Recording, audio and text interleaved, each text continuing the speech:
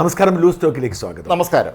ഇന്ന് രാവിലെ സത്യം പറഞ്ഞാൽ ഞാൻ വന്ന് നോക്കുമ്പോൾ പ്രത്യേകിച്ച് വാർത്തകളൊന്നുമില്ല. ആ പശുവിനെ പിടിക്കാൻ പോയി കാട്ടിൽ പോയ ഒരു കൗതുക വാർത്ത മാത്രം. ഞാൻ സത്യം പറഞ്ഞാൽ ഇന്ന് മറുനാടൻ മലയാളിയിലേക്ക് ഇന്ന് വീഡിയോകൾ ചെയ്യണോ വേണ്ടായോ എന്ന കാര്യത്തിൽ എനിക്കൊരു ആശയക്കുഴപ്പമുണ്ടായിരുന്നു. പിന്നെ ആ പെൻഷൻ്റെ പിന്നാലെ കുറേ നടന്ന് അതിന് കുറച്ച് കൊടുത്ത് വിവരങ്ങളൊക്കെ ആ CAGയുടെ ഓഡിറ്റിലൊക്കെ എൻ്റെ കിട്ടി.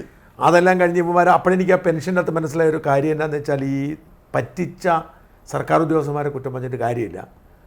ഈ പെൻഷൻ സമ്പ്രദായം തന്നെ CPM-കാർക്ക് പറ്റിക്കാവുന്ന തരത്തിൽ ഉണ്ടാക്കി വെച്ചിരിക്കുന്നു. അവരെന്നെ ഫോർമാറ്റ് ചെയ്ത് വെച്ചിരിക്കുന്നത് അങ്ങനെയാണ്. ആ സോഫ്റ്റ്വെയർ തട്ടിപ്പാണെന്നും ഇതിൻ്റെ അകത്ത് മുഴുവൻ കള്ളക്കണക്കാണെന്നും CAG റിപ്പോർട്ടുണ്ട്. ആരും അറിഞ്ഞില്ലെന്നേ ഉള്ളൂ. മാത്രമല്ല, ഈയിടെ ചില ട്രഷറികൾ നടന്ന വൻ ക്രമക്കേടുകൾ പിടിച്ചവരെല്ലാം CPM യൂണിയനിൽപ്പെട്ടവരുമായിരുന്നു. അല്ല, ഇതിൻ്റെ അകത്ത് തന്നെ നോക്കൂ, അടിസ്ഥാനപരമായി ഇതുവരെ നമ്മളോട് പറഞ്ഞിരുന്ന 62 ലക്ഷം പേർക്ക് കൊടുക്കുന്നു, 918 കോടി രൂപ, അതുപോലെ തെറ്റാണ്. ഇവർ ഈ കണക്ക് CAGയുടെ കണക്കനുസരിച്ച് 50,40,000 പേർക്ക് കൊടുക്കുന്നുള്ളൂ. ഈ 50,40,000 പേർക്ക് ഇത് കൊടുക്കുക എന്ന് പറഞ്ഞാൽ ഇവർ ഈ പറയുന്ന 918 കോടി ആവത്തില്ല. ഇതിൻ്റെ അകത്ത് തന്നെ പകുതി കൊടുക്കുന്നത് നേരിട്ടാണ്. ഈ നേരിട്ട് കൊടുക്കുന്നത് മുഴുവൻ തട്ടിപ്പാണ്. പലരുടെ കയ്യിൽ എത്തുന്നില്ല. ഇല്ല. അപ്പോൾ ഇത് അടിമുടി തട്ടിപ്പാണ്. ആ തട്ടിപ്പിന്റെ ഭാഗമായിട്ട് കുറച്ച് പേര് സർക്കാർ ഉദ്യോഗസ്ഥർ എല്ലാവരും പങ്കുപറ്റിയ കൂട്ടത്തിൽ അത്രേ ഉള്ളൂ. ഞാൻ അതിന് വിശദമായി തന്നെ ഒരു റിപ്പോർട്ടൊന്നും ചെയ്തിരുന്നു. പിന്നെ പ്രത്യേകിച്ച് ഇപ്പോൾ ശിവഗിരി വലിയ സംഭവം അത് ചെയ്തു, നടക്കുന്ന പരിപാടികൾ അത് ചെയ്തു. പിന്നെയുള്ള ബാലഭാസ്കറിന്റെ അച്ഛൻ, കാരണം ബാലഭാസ്കറിന്റെ ഡ്രൈവറായിരുന്നു അന്ന് വിവാദങ്ങളിൽപ്പെട്ട അർജുൻ. അന്ന് അപകട സമയത്ത് കാർ ഓടിച്ചിരുന്നു എന്ന് അല്ലെന്നും പറയപ്പെടുന്ന അർജുൻ ഇപ്പോൾ ആ സ്വർണം തട്ടിയ കേസിൽ പ്രതിയായപ്പോൾ ഇതൊരു വീണ്ടും ആ നെറ്റ്വർക്ക് വന്നല്ലോ. അപ്പോൾ അദ്ദേഹം കൃത്യമായ രംഗത്തെത്തി കാര്യം പറഞ്ഞു. അദ്ദേഹത്തിന് ഇപ്പോഴും ഇതൊരു കൊലപാതകം തന്നെയാണ് എന്നാണ് അദ്ദേഹത്തിൻ്റെ പിതാവ് ശ്രീ. ഈ ബാലഭാസ്കറിൻ്റെ കേസുണ്ടാവുമ്പോൾ അത് അപകടമല്ല, കൊലപാതക സാധ്യതയുണ്ട് എന്ന് പറഞ്ഞ് ആദ്യം വാർത്ത ചെയ്തത് മറുനാടനായിരുന്നു. അന്ന് ഈ ബാലഭാസ്കറിൻ്റെ സുഹൃത്തുക്കളെല്ലാം കൂടെ എൻ്റെ പുറത്ത് കയറാൻ വന്നു. ഒരു മാനസിക രോഗി ആദ്യം എന്തായാലും മെൻ്റലിസ്റ്റ് ആദ്യം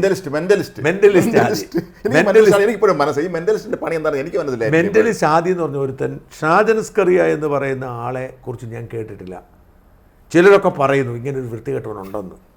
അവൻ ഞങ്ങളുടെ ബാലുവിനെ കുറിച്ച് എഴുതിയിരിക്കുന്നത് തിരുത്തിയാൽ അവന് കൊള്ളാം, അല്ലെങ്കിൽ ഞാൻ ഏതറ്റം വരെ പോയി അവനെ തീർക്കുമെന്ന് പറഞ്ഞൊരു പോസ്റ്റ് ഇട്ടു.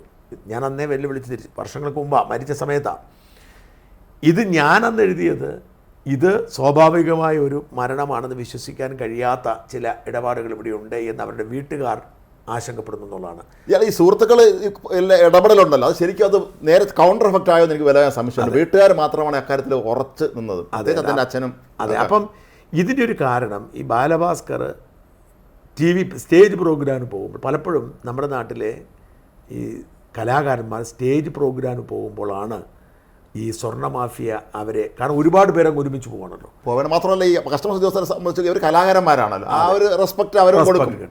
അപ്പോൾ ഇതിൻ്റെ പിന്നിൽ ഇവരെ കൺട്രോൾ ചെയ്തിരുന്ന ഒരു സ്വർണ്ണക്കടത്ത് മാഫിയ ഉണ്ടായത്. എനിക്ക് തോന്നുന്ന എയർപോർട്ടിലെ സൂപ്രണ്ട് അതൊക്കെ ഒരാളൊക്കെ ആ ഭാഗത്തൊക്കെ കേന്ദ്രീകരിച്ചുകൊണ്ടുള്ള ഒരു മാഫിയുണ്ട്. ഒരു ആയുർവേദ ആശുപത്രിയും നമ്മൾ അന്ന് ഒരുപാട് വാർത്തകൾ പാലക്കാട് ആയുർവേദ ആശുപത്രി, പാലക്കാട്. അപ്പം ഇതിൻ്റെയൊക്കെ തുടർച്ച തന്നെയാണ്. പക്ഷേ CBI എന്ന് നമ്മൾ പറയുമ്പോൾ പലപ്പോഴും ഭയങ്കര സംഭവം കരുതും. യഥാർത്ഥത്തിലല്ല. അതിൻ്റെ കാരണം വെച്ചാൽ CBIക്ക് വളരെ കുറച്ച് ഓഫീസർമാരേ ഉള്ളൂ. ഈ CBI എന്ന് പറഞ്ഞു കഴിഞ്ഞാൽ ആകെ കൂടെ ഈ രാജ്യത്തെ ഏറ്റവും വലിയ പോലീസ് സന്നിധാനം എന്ന് പറഞ്ഞാൽ CBIക്ക് ആ കൂടെ 3000-4000 പേരേ ഉള്ളൂ. മാത്രമല്ല ഇവർ പല ഡെപ്യൂട്ടേഷനിൽ വരുന്നവരുമാണ്, സ്റ്റേറ്റ് പോലീസ്. CBIക്ക് വളരെ കുറച്ച് ഉദ്യോഗസ്ഥരുള്ളൂ. അവർക്ക് ഈ പറയുന്ന കേസ് എടുക്കാൻ പറ്റത്തില്ല. അന്വേഷണം നടത്തുന്നത് ഭംഗിയായിട്ടാണ്, പക്ഷേ വർക്ക് ലോഡ് ഭീകരമാണ്, വർക്ക് ലോഡ് ഫീൽഡിലാണ്. മാത്രമല്ല മുകളിൽ നിന്നുള്ള ചില പ്രഷറൊക്കെ വരും. അതുകൊണ്ട് CBI പലപ്പോഴും അവർക്ക് ഇനിഷ്യേറ്റീവ് ഇല്ലാത്ത പല കേസുകളെ എങ്ങനെയെങ്കിലും തട്ടിമുട്ടി കളയാനേ നോക്കത്തുള്ളൂ. ഇത് മാത്രമല്ല, ഈ ഞാൻ അയാളുടെ പേര് പറഞ്ഞു, കോതമംഗലംകാരനൊരു കലാഭവൻ ഒരുത്തനായിരുന്നു സോബിൻ. ഇവൻ്റെ പേരിൽ ഒരുപാട് തട്ടിപ്പുകാരുണ്ട്. ഇയാളാണ് കണ്ടു എന്ന് പറയുന്നത്. അത് മാത്രമാണ് വിശ്വസനീയമല്ലാത്തത്. കാരണം വെച്ചാൽ അവൻ പല തട്ടിപ്പ് കേസിലും പ്രതി പലരെയും തട്ടിച്ചാലാണ്. അപ്പം അയാൾ ഫ്രോഡ് ആയതുകൊണ്ട് തന്നെ വാക്കിന് വിശ്വാസമില്ലാതെ പോയി. അതഴിച്ചാൽ ഈ കേസ് ഗൗരവമായി കാണേണ്ട കാര്യമാണ്. മാത്രമല്ല, ഈ വാഹനം ഇടിച്ചത്, ഈ മരത്തിലേക്ക് വന്ന് ഇടിച്ചതിനെ കുറിച്ച് പിന്നെ ഡമ്മി വെച്ചൊക്കെ പരീക്ഷിച്ച് നോക്കിയിരുന്നവർ. ഒന്നിനും നമുക്ക് കൃത്യമായ മറുപടി ഒന്നും ലഭിച്ചിട്ടില്ല എന്നുള്ളതാണ്. നമുക്കത് പോട്ടെ. അടുത്തത് നമ്മുടെ തൊപ്പി 2-3 പെമ്പിള്ളാരോട്ട് മുങ്ങിയെന്നാണ് പറയുന്നത്. ഈ തൊപ്പി മുമ്പും വലിയ വിവാദങ്ങൾ ഉണ്ടാക്കിയ ആളാണ്, അന്നങ്ങ് വെറുതെ വിട്ടു. അല്ല, അതിൻ്റെ കാര്യം എന്ന് വെച്ചാൽ, ഈ അന്നത്തെ പക്ഷെ വലിയ കാര്യമുള്ള കാര്യമൊന്നും അല്ലായിരുന്നു. ഈ തൊപ്പി ഉണ്ടാക്കുന്ന ഒരു കൾച്ചറുണ്ട്. അതായത് ഈ നമ്മുടെ ഈ രണ്ട് പിള്ളേരുണ്ടല്ലോ, വേറെ മീശ ഉണ്ടായിരുന്നല്ലോ ഇടയ്ക്ക്, ഒരു മീശക്കാരൻ ഉണ്ടായിരുന്നു. ഒരു മീശ. അവരൊക്കെ എന്ന് വെച്ചാൽ ഈ സോഷ്യൽ മീഡിയയിലെ ഈ മോഡേൺ ട്രെൻഡുകൾ സെറ്റ് ചെയ്യുന്നവരാണ്.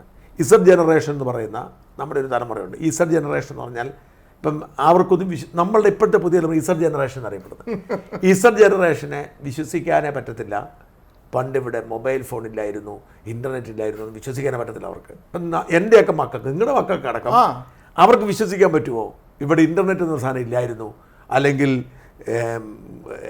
മൊബൈലില്ലായിരുന്നു? ഒരു സംശയം വന്നാൽ ആടുത്ത് ചോദിക്കും. പണ്ട് പറഞ്ഞു കേട്ടിട്ടുണ്ട് പത്രങ്ങളിലൊക്കെ ഈ സാഹിത്യത്തിന് നോബൽ സമ്മാനം പ്രഖ്യാപിക്കുമ്പോൾ എല്ലാവരും ഓടാണ് കൃഷ്ണനാരായണ സാറിൻ്റെ വീട്ടിലേക്ക്. ആളാരാണെന്ന്. അല്ല, അതുപോലെ തന്നെ നമ്മുടെ കാലത്ത് കറണ്ട് ഇല്ലായിരുന്നു. കറണ്ട് വന്ന് നമ്മുടെയൊക്കെ ചെറുപ്പകാലത്ത്, എൻ്റെ കുട്ടിക്കാലത്ത് കറണ്ട് വരുന്നത്. അത് കഴിഞ്ഞിട്ട് അന്ന് കുറേ കഴിഞ്ഞ് നമ്മുടെയൊക്കെ എൻ്റെയൊക്കെ നമ്മൾ 50 കഴിഞ്ഞവരാ, ഒരു 40 കഴിഞ്ഞ് ഇവർക്ക് വിശ്വസിക്കാൻ പോലും പറ്റത്തില്ല കറണ്ട് ഇല്ലായിരുന്നു എന്ന് പറഞ്ഞു കഴിഞ്ഞാൽ. ഇതേ അവസ്ഥയാണ് ഇസഡ് ജനറേഷന്. ഈ ഇൻ്റർനെറ്റും മൊബൈൽ ഫോണും ഇല്ലാതെ നമുക്ക് ചിന്തിക്കാൻ പറ്റത്തില്ല. അപ്പോൾ ഈ തലമുറയ്ക്ക് വാർത്തയോടും വലിയ താല്പര്യം കുറവാണ്. വാർത്ത കാണാറില്ല. ഒന്നും അറിയുന്നത് അവരുടെ ഇൻട്രസ്റ്റ് എൻ്റർടൈൻമെൻ്റാണ്. ആ എൻ്റർടൈൻമെൻറ്റിൽ ഇൻട്രസ്റ്റ് ഉള്ളവർക്ക് ഉണ്ടാകുന്ന ചില ഐക്കൺസ് ഉണ്ട്. അവർ പലർക്കും ആരാണ് ഈ മറുനാടൻ ഷാജൻ എന്ന് അറിയത്തില്ലായിരിക്കും. ചില പിള്ളേരൊക്കെ ഫോട്ടോ എടുക്കും, കാരണം അവരുടെ അപ്പനും അമ്മയും വീട്ടിൽ കാണുന്നതോടുള്ള പരിചയം കൊണ്ടാണ്. അപ്പം ഈ കുട്ടികളുടെ ഐക്കണാണ് അവരെ വല്ലാതെ ഈ തൊപ്പിയും ഈ മീശയും എല്ലാം ദുരുപയോഗം ചെയ്യുന്നുണ്ടെന്നുള്ളതാണ് എൻ്റെ ഏറെ വിചിത്രമായ. അവരെല്ലാം ഈ ലഹരി അടക്കമുള്ളതിന് അടിമകളാണ്. കാരണം ഈ ലഹരി എന്ന് പറയുന്ന സാധനം നമ്മുടെ കാലത്തൊന്നും ഇല്ലല്ലോ. ഇല്ല, കഞ്ചാവ് കെമിക്കൽ സാധനം ഇല്ലല്ലോ. കഞ്ചാവ് ഉണ്ടാവും, അതും നമ്മൾ ഷാപ്പിൽ പോകുന്നത് തന്നെയാണ് ഏറ്റവും വലിയ സംഭവം അല്ലേ? നമ്മുടെ ഏറ്റവും വലിയ വിപ്ലവം എന്ന് പറയുന്നത് കള്ള് ഷാപ്പിൽ പോകുക. വിദേശ മദ്യം പോലും, ഞാനൊക്കെ വിദേശ മദ്യം കാണുന്നത് കല്യാണം കഴിഞ്ഞിട്ടായിരിക്കും. അത്രയും കഴിഞ്ഞിട്ടാണ് കണ്ടത്. കാരണം നമുക്കൊന്നും അവിടെ വിദേശ മദ്യം കിട്ടാനുള്ള സാഹചര്യമൊന്നും ഇല്ല. നാടൻ കിട്ടുകയും ചെയ്യും. നാട്ടിലെ ചാരായമുണ്ട്, കള്ളുണ്ട്. എൻ്റെ നാട്ടിലൊക്കെ ചാരായം കള്ളുമുണ്ട്. ഈ വിദേശ മദ്യം എനിക്ക് തോന്നുന്നു ഒരു 25 വയസ്സല്ല, ഒരു 25 വയസ്സെങ്കിലും ആവാതെ ഞാൻ വിദേശ മദ്യം കണ്ടിട്ടില്ല. വെറുതെ പറയുന്നില്ല. കള്ളുണ്ടോ ചോദിച്ചാൽ എല്ലായിടത്തും കള്ളുണ്ട്, എല്ലായിടത്തും ചാരായമുണ്ട്. ആൻ്റെ നിരോധിക്കുന്നത് വരെ മില്ലിച്ചാരായമുണ്ട്, പിന്നെ നാടൻ മാറ്റിയാരായം വേറെയുണ്ട്. മാറ്റിയാരായം നമുക്ക് അന്നും ഇന്നും ഉണ്ട്. അതല്ലാതെ സർക്കാർ കൊടുക്കുന്ന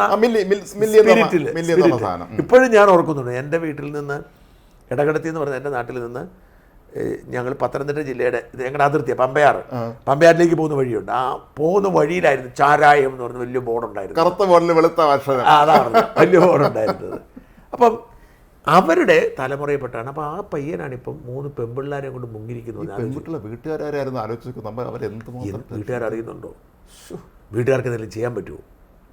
ഈ പലപ്പോഴും ഇന്നത്തെ കാലത്ത് പിള്ളേർക്ക് സംഭവിച്ചുകൊണ്ടിരിക്കുന്ന കാര്യങ്ങൾ വീട്ടുകാർക്ക് അറിയത്തില്ല. ഇപ്പോൾ ഒരു മലയാളിനെ കണ്ടില്ലേ, ഒരു പെൺകുട്ടിയെ ബാംഗ്ലൂരിൽ കൊന്നിട്ട് അയാൾ മുങ്ങി കിടക്കും, അയാൾ പിടിയിലായി എന്ന് പറയുന്നു. കഴിഞ്ഞ ദിവസങ്ങളൊക്കെ നടന്ന ഈ കൊലപാതകങ്ങൾ കിടക്കുമ്പോഴേ ഈ സംഭവങ്ങൾ ഓരോ നോക്കുമ്പോൾ ഇവർ പത്രം വായിക്കുക വാർത്തകളും ചെയ്യുന്നില്ലെന്ന് മനസ്സിലാവും. കേട്ടോ, എന്തും ചെയ്യാൻ ഇറങ്ങി പുറപ്പെടുകയാണ്. ഈ പണം ഞാൻ ചോദിക്കുന്നത് അതെല്ലാം പോട്ടെ, ഈ എന്താണ് വിർച്വൽ അറസ്റ്റ് എന്ന് പറഞ്ഞ് ഡിജിറ്റൽ അറസ്റ്റ് അടുത്ത് വലിയ വലിയ ആളുകളുടെ പണം പോകുന്നു. ഇപ്പോഴും പോകുന്നുണ്ടല്ലോ നിരന്തരം. പേരുകളുടെ ചെറുപ്പം ഒരു പയ്യൻ മാത്രമാണ് അവരെ നിലയ്ക്ക് നിർത്തിയത്. അതെ. അപ്പോൾ അതവിടെ നിൽക്കട്ടെ. അത് കഴിഞ്ഞ് അടുത്തത് പിന്നെ ഉണ്ടല്ലോ, പിന്നെന്തായിരുന്നു നമ്മളെ കൊല്ലത്തെ CPM സ്ത്രീകൾ രംഗത്തിറങ്ങി. ഞാൻ കണ്ടു അതിനകത്ത്. ഞാൻ പിന്നെ അത് തൊട്ടില്ല. തൊടായിരുന്നതെന്നു വെച്ചാൽ 2 കാരണങ്ങൾ കൊണ്ടാണ്. ഒന്ന്, ആ സ്ത്രീയുടെ ഒരു ഡയലോഗുണ്ട്, കൊലപാതകമൊക്കെയാണ് ഞങ്ങൾക്ക് പുല്ലാന്ന്. അപ്പോൾ അതായത് CPM, എൻ്റെ CPM രക്തം, ഞാൻ കരയത്തില്ല, കൊലപാതകമൊക്കെയാണ് ഞങ്ങൾക്ക് പുല്ലാന്ന് പറഞ്ഞു. അപ്പോൾ എന്തായാലും പിണറായി വിജയൻ ഈ തുടങ്ങി വെച്ച ഈ അഴുകലുണ്ട്. പിണറായി വിജയൻ CPM പിടിച്ചെടുത്ത് അത് അഴുക്കി, വല്ലാതെ അഴുകിയത്. ഈ അഴുകിയ ആ CPM ഒരു എന്താ പറയുന്നത്, ഒരു പ്രതിഫലനമാണ്. അല്ല, ഈ ഇത്ര മോശം കാര്യങ്ങൾ ചെയ്യുന്നവരെ മാത്രം തിരഞ്ഞുപിടിച്ച് സ്ഥാനങ്ങളിൽ പ്രതിഷ്ഠിക്കുക, മര്യാദകളാണ് പറഞ്ഞു വിടുക എന്നുള്ളത്. എന്നിട്ട് ഇവരുടെ ജനാധിപത്യം കണ്ട് ഇവർ പറഞ്ഞ ലോകത്തെ ഏറ്റവും വലിയ ജനാധിപത്യ പാർട്ടിയാണ് ഇവരാണ്. എന്നിട്ട് ഇവരുടെ ജനാധിപത്യം കണ്ട് ഇവർ പാനൽ അടിച്ചേൽപ്പിക്കുക. ആ പാനലിനെ പിന്തുണയ്ക്ക് എതിർത്താൽ ജില്ലാ കമ്മിറ്റി ഞങ്ങളെ പിടിച്ച് മുറിക്കാത്ത പൂട്ടിയിട്ടു എന്ന് പറഞ്ഞില്ല. സംസ്ഥാന കമ്മിറ്റി സോമപ്രസാദിനെ അവരെ പിടിച്ച് അകത്തിട്ടുന്ന അവസ്ഥ. എന്നിട്ട് തെരുവിൽ ആളുകൾ ഇറങ്ങുകയാണ്, ഈ പെണ്ണുപിടിയന്മാരെ ഞങ്ങൾക്ക് വേണ്ടെന്ന് പറഞ്ഞു. ഈ CPM ഇപ്പോഴത്തെ അപജയത്തിൻ്റെ ഒരു ഉദാഹരണമായി മാറി. സത്യത്തിൽ ഈ ആലപ്പുഴയിലായിരുന്നു ഈ ഗ്രൂപ്പ് വഴക്ക് നേരത്തെ ഉണ്ടായിരുന്നത്. അത് കൊല്ലത്തേക്കും പടർന്നു. അത് കൊല്ലത്ത് പണ്ടും ഉണ്ടായിരുന്നു കേട്ടോ, പക്ഷെ അതങ്ങനെ ആദ്യം പുറത്ത് വരാതെ അങ്ങനെ എറണാകുളത്തുണ്ട്. പിന്നെ പണ്ടറിയാമല്ലോ, പരമ്പര വന്നിരുന്നല്ലോ അവിടെ പല ഗ്രൂപ്പുകൾക്ക് സംഭവം. പക്ഷേ ഇവർ ഈ അടിച്ചേൽപ്പിക്കും, ഇവരുടെ ജനാധിപത്യം കള്ളത്തരമാണ്. എന്തായാലും ഒരു കാര്യം രാജ്മോഹൻ ഓർത്തോളൂ, CPM ഗ്രൂപ്പുകൾക്കുമായിട്ട് ബന്ധപ്പെട്ട് ഇത് അസ്തമിക്കാൻ പോകുന്നൊരു പ്രസ്ഥാനമാണ്. ഇപ്പോൾ ഇപ്പോൾ അന്നത്തെ കണ്ണ് പ്രതികരിച്ച ആ സ്ത്രീ അവരന്തമായി CPM വിശ്വസിക്കുന്നവരാണ്. ഇപ്പോഴും ഒരു CPM-കാരിയാണ്. അവർ പിന്നെ ഒരു പെണ്ണുപിടിയനെ പിടിച്ച് ഒരു അവർ പറഞ്ഞ അമീറുലിനെ മാറ്റിയിട്ട് ഗോവിന്ദചാമി ആക്കിയത് മാത്രമേ ഉള്ളൂ. അപ്പം ആ ഒരു വിഷമം മാത്രമേ അവർക്കുള്ളൂ എന്നുള്ളൂ. എന്തായാലും CPM എന്ന് പറഞ്ഞ പ്രസ്ഥാനത്തിന് ഇനി അധികകാലം ഭാവി ഉണ്ടാവില്ല. ഇത് മുതലെടുക്കാൻ BJPക്ക് കഴിയുന്നില്ല എന്നുള്ളതാണ് BJP. കാരണം CPM ആണ് കേരളത്തിലെ ഏറ്റവും വലിയ ഹിന്ദു പാർട്ടി. ഈ ഹിന്ദു പാർട്ടിക്ക് അപജയം ഉണ്ടായാൽ അതിന് ബെനിഫിറ്റ് ഉണ്ടാവേണ്ടത് വാസ്തവത്തിൽ BJPക്കാണ്. പക്ഷെ അവരത് വേണ്ട, ഇതിൻ്റെ ഒരു BTM ഇതിൻ്റെ ATM ആയ രീതിയിലാണ് അവർ പ്രവർത്തിച്ചുകൊണ്ടിരിക്കുന്നത്. ഞാൻ പക്ഷേ കഴിഞ്ഞ ദിവസം ഒരാളുടെ സംസാരിച്ചപ്പോൾ അയാൾ എന്നോട് പറഞ്ഞത്, നിങ്ങൾ കേന്ദ്ര BJP നേതൃത്വത്തെ അങ്ങനെ മോശമായി കരുതരുത്. അവരുടെ അജണ്ട ഇപ്പോൾ കോൺഗ്രസ് ഒരിക്കൽ കൂടി അധികാരത്തിൽ വരാതിരിക്കുക എന്നാണ് അവരുടെ അജണ്ട. CPM എന്ന് വരട്ടെ, ആൾക്കൊരു പ്രശ്നമല്ല. CPM ദേശീയ തലത്തിൽ നോക്കുമ്പോൾ ആൾക്കൊരു ഹിന്ദു പാർട്ടിയാണല്ലോ. അങ്ങനെ ഉണ്ടല്ലോ. ഒരു BJP-കാരനോട് പറഞ്ഞാൽ അടുത്ത തവണയും, കാരണം എന്തായാലും BJPക്ക് അധികാരത്തിൽ വരാൻ പറ്റില്ല, അടുത്ത തവണയും അവർ CPM-നെ അധികാരത്തിൽ വരാൻ വേണ്ടി ചെയ്യത്തുള്ളൂ എന്നാണ് അവർ പറഞ്ഞത്. എന്തായാലും കൊള്ളാം, CPM എന്ന പ്രസ്ഥാനം അസ്തമിക്കേണ്ടതാണ്. അത് അസ്തമിച്ചുകൊണ്ടിരിക്കുന്ന തെളിവാണ്. അല്ല, പണ്ടൊക്കെ നമുക്ക് ഓർമ്മയുണ്ടല്ലോ, പാർട്ടിയിൽ നിസ്സാര ഒരു തെറ്റ് ചെയ്താൽ പോലും അപ്പം നടപടിയാണ് അയാളെ പേരുള്ളത്. അവരറിയാതെ ചെയ്തു പോയ തെറ്റുകൾക്ക് പോലും നടപടി. ഇപ്പം ചാത്തുണ്ണി മാസ്റ്ററെ പോലുള്ള ആളുകൾ അദ്ദേഹത്തിൻ്റെ പേര് പാർട്ടി നടപടി എടുത്തപ്പോൾ അന്ന് എല്ലാവരും വിഷമിച്ചു എന്നാണ്. കാരണം അദ്ദേഹം ഒരു സാംസ്കാരിക നായകനും കൂടിയായിരുന്നു, MLA MP ആയിരുന്നതുപോലെ. പക്ഷേ അദ്ദേഹത്തിൻ്റേതല്ലാത്ത പിഴവുണ്ടായ എന്തോ കുറ്റത്തിനാണ് അദ്ദേഹത്തെ പാർട്ടി പുറത്താക്കി. P. ഗോവിന്ദപ്പിള്ളയ്ക്ക് നടപടി എടുത്തില്ലേ? ഇത്രയും പരിശുദ്ധനായ ഒരു ദൈവമേ, മനുഷ്യനെ കണ്ടാൽ ഞാൻ പറഞ്ഞിട്ടില്ല, ഞാൻ ആ ട്രിവാൻഡ്രം ഹോട്ടലിന് മുമ്പ് ഇദ്ദേഹം ഓട്ടോ നോക്കി നിൽക്കുന്നതും ഞാൻ ഓപ്പോസിറ്റ് സെക്രട്ടറിയുടെ ഓപ്പോസിറ്റ് നോക്കി നിൽക്കുകയാണ്. ഇയാൾ ഓട്ടോ നിൽക്കും. ഓട്ടോ വരുമ്പോൾ ഇയാളിങ്ങനെ കൈ കാണിക്കും. ഓട്ടോ നിർത്തത്തില്ലല്ലോ. പിന്നെ മാറി ഒരു കയ്യിലൊരു സഞ്ചി കാണും, ഒരു സഞ്ചി ബാഗുണ്ട്. ഇയാളിങ്ങനെ നിൽക്കും. എന്നിട്ട് പിന്നെ അയാൾ ചാടി ഇറങ്ങി ഇങ്ങനെ കാണിക്കും, നിർത്തത്തില്ല. ഒരു പരിഭവമില്ല. ഞാനത് ആസ്വദിച്ച്. കാരണം P. ഗോവിന്ദപ്പിള്ളയാണല്ലോ, ഒരു എഴുത്തുകാരനാണ്, വലിയൊരു ആചാര്യൻ, MLA ആയിരുന്ന ആളാണ്, ആചാര്യനാണ് തീർച്ചയായും. അപ്പം ഈ ഇങ്ങനെ ഉണ്ടായിരുന്ന കാലമാണ്. മനുഷ്യന്മാരെയൊക്കെ പേരിൽ നടപടി എടുത്തിട്ട് ഈ ഇത്രയും ആക്രമം EMS പേര് നടപടി എടുത്തിട്ടുണ്ടല്ലോ. ഗൗരിയമ്മയെ പുറത്താക്കി VS-ന്റെ പോളിറ്റ് ബ്യൂറോ എന്ന് മാറ്റി പാർട്ടി ഉണ്ടാക്കി. ഈ ചാത്തുണ്ണി മാസ്റ്ററെ കുറിച്ച് പറയുമ്പം CPM-ന്റെ ആദ്യത്തെ സംസ്ഥാന സെക്രട്ടേറിയറ്റിൽ അംഗമായിരുന്നു അദ്ദേഹം. 64 പാർട്ടി പിളർന്നു പോയി പ്രത്യേകം CPM ആകുമ്പോൾ അതിൽ അംഗമായിരുന്ന ആളാണ്. ആ CPM ആണ് ഇപ്പോൾ ഈ പറയുന്ന കരുനാഗപ്പള്ളിയിൽ റോഡിൽ സ്ത്രീകൾ ജൂലുമായിട്ട് ഇറങ്ങി അടിക്കാൻ പഠിക്കുന്ന അവസ്ഥയിൽ പറഞ്ഞിരിക്കുന്നത്. നമുക്ക് നമ്മുടെ വിഷയത്തിലേക്ക് കിടക്കാം. നമ്മുടെ വിഷയം സിനിമാ മേഖലയിലെ കള്ളപ്പണമാണ്. ഇപ്പോൾ 2 വിഷയങ്ങളാണ് ഇന്ന് ഒരുമിച്ച് സംഭവിച്ചിരിക്കുന്നത്. ഒന്ന്, ധന്യ മേരി വർഗീസിൻ്റെ സ്വത്തുക്കൾ കണ്ടുകെട്ടിയിരിക്കുന്നു. 2, സൗബീൻ ഷാഹിറിനെ ഇൻകം ടാക്സ് ഡിപ്പാർട്ട്മെൻറ്റ് പരിശോധന നടത്തി. ആൾറെഡി ED അന്വേഷണം നടക്കുന്നുണ്ടെന്ന് തോന്നുന്നു. ED-യുടെ ഉണ്ട്. അപ്പോൾ നമ്മൾക്ക് ഈ ധന്യ മേരി വർഗീസിലേക്ക് പോകാം. ധന്യ മേരി വർഗീസിൻ്റെതും സൗബീൻ്റെ 2 തരത്തിലുള്ള വിഷയമാണ്. സൗബീൻ്റേത് യഥാർത്ഥത്തിൽ സിനിമാ മേഖലയിലെ കള്ളപ്പണം തന്നെയാണ്. ഇപ്പോൾ അവിടെ വ്യാപകമായി നടന്നുകൊണ്ടിരിക്കുന്നു എന്ന് പറയപ്പെടുന്ന അതിൻ്റെ കണ്ണി തന്നെ അനേകം പേരുണ്ട്, അനേകം ഇടപാടുണ്ട്. നമുക്ക് അതിലേക്ക് പോകാം. ധന്യ കടഞ്ഞതിന് ശേഷം നമുക്ക് സൗബീനിലേക്ക് പോകാം. ഈ ധന്യയുടെ എന്നെ അത്ഭുതപ്പെടുന്നത്, എൻ്റെ ശ്രദ്ധയിൽ ഇത് പെടുന്നത് മനോരമയിൽ വന്നൊരു വാർത്തയിലൂടെയാണ്. നേരത്തെ വർഷങ്ങൾക്ക് മുമ്പ് ഇന്നത്തെ വാർത്ത മലയാള മനോരമയുടെ ഓൺലൈൻ എഡിഷനിൽ ഒരു വാർത്ത വരുന്നു. ഈ ധന്യ മേരി വർഗീസിൻ്റെ 1.5 കോടി രൂപയുടെ സ്വത്തുക്കൾ കണ്ടുകെട്ടിയെന്ന് പറഞ്ഞു. അതിൻ്റെ അകത്ത് ഞാനത് അത്ഭുതത്തോടെ വായിച്ചു. അധികം വേറെ ഇടത്ത് ഞാൻ ഈ വാർത്ത കണ്ടില്ല. നമ്മൾ ഡെസ്കിൽ അത് വാർത്ത ചെയ്യാൻ പറഞ്ഞു. കുറേ കഴിഞ്ഞ് മനോരമയുടെ വാർത്ത അപ്രത്യക്ഷമായി. പക്ഷേ എൻഫോഴ്സ്മെൻറ്റ് ഡയറക്ടറേറ്റിൻ്റെ പ്രസ് റിലീസിലൂടെയാണ് മനോരമയ്ക്ക് വാർത്ത കിട്ടിയത്. ഇന്ന് വാർത്ത അതിനുശേഷമാണ് ED പ്രസ് റിലീസ് ഇറക്കി കഴിഞ്ഞിരുന്നു. ആ പ്രസ് റിലീസിൽ വന്ന വാർത്ത പക്ഷേ മനോരമ മാറ്റിക്കൊടുത്തു. ഇതെനിക്ക് ഈ കേസുമായി എനിക്കൊരു പരിചയമുണ്ട്. ഈ ധന്യ മേരി വർഗീസിൻ്റെ സാമ്പത്തിക ഇടപാടിനെ കുറിച്ചുള്ള വാർത്തകൾ ആദ്യം വെളിയിൽ കൊണ്ടിരുന്നത് നമ്മളാണ്. ഈ മുട്ടടയിലെ ഫ്ലാറ്റ് ഒരു വലിയ ഫ്ലാറ്റ് സമുച്ചയമാണ് ശരിക്കും. ഞാൻ കുറച്ച് വർഷം ഒരിക്കൽ അവിടെ പോയിട്ടുണ്ടായിരുന്നു. എൻ്റെ ഒരു സുഹൃത്ത് അവിടെ ഓഫീസിൻ്റെ സംവിധാനം അവിടെ ഉണ്ടായിരുന്നു. അപ്പോൾ അങ്ങനെ 1-2 അവിടെ പോയിട്ടുണ്ടായിരുന്നു. നല്ല ആഡംബരമുള്ള വളരെ ഗംഭീര ഫ്ലാറ്റാണ്. പക്ഷേ ഇവർ താമസിക്കുന്ന പക്ഷേ അവിടെ അല്ലെന്ന് തോന്നുന്നു. ധന്യ മേരി വർഗീസിൻ്റെ ഭർത്താവ് ജോണിൻ്റെ പിതാവാണ് ജേക്കബ് സാംസൺ മുട്ടട. പക്ഷെ അത് പലർക്കും ഇപ്പോൾ വാർത്തകളിലൊക്കെ അതിൻ്റെ പേര് കൊടുക്കുന്നുള്ളൂ. ജേക്കബ് സാംസൺ മുട്ടട രാജ്മോഹൻ പറയുമ്പോഴാണ് ഞാൻ അറിയുന്നത്. ജേക്കബ് സാംസൺ മുട്ടട ഞാൻ ശ്രദ്ധിച്ചിട്ടുണ്ട്. PC സനൽകുമാർ, ജേക്കബ് തോമസ് കുട്ടട, പിന്നെ സുകുമാർ സാറ്, വേളൂർ കൃഷ്ണൻകുട്ടി, കൃഷ്ണൻകുട്ടി, നാരായണൻ നായർ എന്ന് പറയുന്നത് നാരായണൻ നായർ സാറ്, അദ്ദേഹം ഞങ്ങൾ അധ്യാപകനായിരുന്നു കോളേജിൽ. അപ്പൊ ഇങ്ങനെയുള്ളവരൊക്കെ ആയിരുന്നു ആ കാലത്തെ ഒരു രസം. ഇപ്പൊ പറ്റിയ ട്രോളർമാരുള്ളത് കാരണം അവർക്കൊന്നും പ്രസക്തിയില്ല. ഒരു ചിരി ഇറങ്ങി അങ്ങനെയൊക്കെ ഉണ്ടായിരുന്നല്ലോ. ഒരു ബോസോ അങ്ങനെ കണ്ട ഒരാൾ സ്ഥിരം ഒരു പ്രസംഗമുണ്ട്. അല്ല, ഈ ഇദ്ദേഹം നടത്തായിരുന്നു നമ്മുടെ സുകുമാർ സാർ. എനിക്കൊരു തമാശ, നിങ്ങൾ കോട്ടയം ജില്ല തീർത്തു പറയാൻ പറ്റില്ലല്ലേ, അതായിരിക്കും പറഞ്ഞു. ഞാൻ കോട്ടയം ആണല്ലോ. അപ്പം കോട്ടയം ജില്ലക്കാരെടുത്ത് നിങ്ങൾ എന്തെങ്കിലും അങ്ങോട്ട് ചോദിച്ചാൽ മറുപടി മറുചോദ്യമായിരിക്കും പറഞ്ഞു. അപ്പം പുള്ളി ഒരിക്കൽ വിചാരിച്ചു, വേള കൃഷ്ണൻകുട്ടി കോട്ടയത്തുകാരനാണല്ലോ. അപ്പോൾ അദ്ദേഹത്തോട് ഒരു ചോദിച്ചത്, കൃഷ്ണൻകുട്ടി ഇങ്ങനെ വാർത്ത കേട്ടു, നിങ്ങൾ കോട്ടയം ജില്ലക്കാരത്ത് ആരെങ്കിലും എന്തെങ്കിലും ചോദിച്ചാൽ മറുപടി മറുചോദ്യമായിരിക്കും, ശരിയാണോ എന്ന് ചോദിച്ചത്. വേള കൃഷ്ണൻകുട്ടി ചോദിച്ചത്, തന്നോട് ആര് പറഞ്ഞു എന്ന് ചോദിച്ചത്. അല്ല, അതാ പറഞ്ഞത്. അപ്പം ഈ കാര്യങ്ങളിൽ ഈ കേസ് നമ്മളാണ് ആദ്യം കൊണ്ടുവരുന്നത്. ഇദ്ദേഹം PR ഉദ്യോഗസ്ഥനായിരുന്നു. ഇദ്ദേഹം പൊതുവെ നല്ല മനുഷ്യനായിരുന്നു, ആളുകൾക്ക് ഇഷ്ടമുള്ള ഫംഗ്ഷനൊക്കെ കിടക്കുന്ന ഒരാളായിരുന്നു. പക്ഷെ ആർത്തി വന്നു. മനുഷ്യന് ആർത്തി വരുമ്പോൾ സംഭവിക്കുന്ന ഒരു കാര്യമാണ്. ഇപ്പോൾ ഇദ്ദേഹം മുട്ടടക്കാരനാണ്. അദ്ദേഹം ഈ ഒരു സാംസൺ ബിൽഡേഴ്സ് ഏതാണ്ട് 100 കോടി രൂപയോളമാണ് പലരിൽ നിന്ന് ശേഖരിച്ചിട്ട് ഈ നിർമ്മാണം പൂർത്തിയാക്കാൻ കഴിയാതെ പോയത്. ഒരു പക്ഷേ അതിന് പല കാരണങ്ങൾ കാണാം. പക്ഷേ എനിക്കുള്ള ഒരു സംഭവം, ഈ ധന്യ മേരി വർഗീസ് ഈ ജോണിനെ കല്യാണം കഴിക്കുന്നു, വലിയ ഇത് കൊടുക്കുന്നു, അതുകൊണ്ട് ഈ വാർത്ത വെളി വരുന്നത്. അപ്പോൾ നമുക്കതിന് ഇരകൾ കോൺടാക്ട് ചെയ്ത് നമ്മൾ ഈ വാർത്ത കൊടുത്തു. അന്ന് എനിക്ക് ഒരുപാട് പ്രഷറുണ്ടായിരുന്നു. പിന്നീട് ഞാൻ ഞെട്ടലോടുകൂടി ഒരു സത്യം തിരിച്ചറിയുന്നത്, ഈ ജോണിൻ്റെ അനിയൻ, അവൻ്റെ പേര് സാമുവലോ അങ്ങനെ കണ്ടവൻ്റെ പേര്, ഈ അനിയൻ കല്യാണം കഴിച്ചിരിക്കുന്നത് എനിക്ക് വളരെ വേണ്ടപ്പെട്ട ഒരു കുടുംബത്തിലെ പെങ്കച്ചിനെയാണ്. സത്യത്തിൽ എന്നെ ഷോക്കാക്കി കളഞ്ഞു. അയാൾ ഇതിൽ പ്രതി ആണോ? അയാൾ പ്രതിയാണ്. അത് ഈ കുടുംബം എന്ന് പറയുന്നത് നമുക്കറിയാമല്ലോ, നമ്മുടെ മറ്റേ ദൂരദർശൻ ആദ്യം വാർത്ത വായിച്ചിരുന്ന ജോൺ ഉലഹന്നാൻ. ഈ ജോൺ ഉലഹന്നാൻ എന്ന് പറയുന്ന ആളാണ് കേരളത്തിലെ ആദ്യത്തെ വിഷ്വൽ മീഡിയ ജേർണലിസ്റ്റ്. സ്വാത്വികനായൊരു മനുഷ്യനാണ്.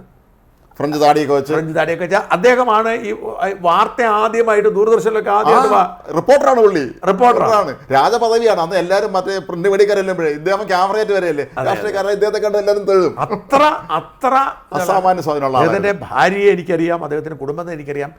100% സത്യസന്ധമായി ജീവിക്കുന്ന നന്മയുള്ള മനുഷ്യരും നന്മയുള്ള കുടുംബം.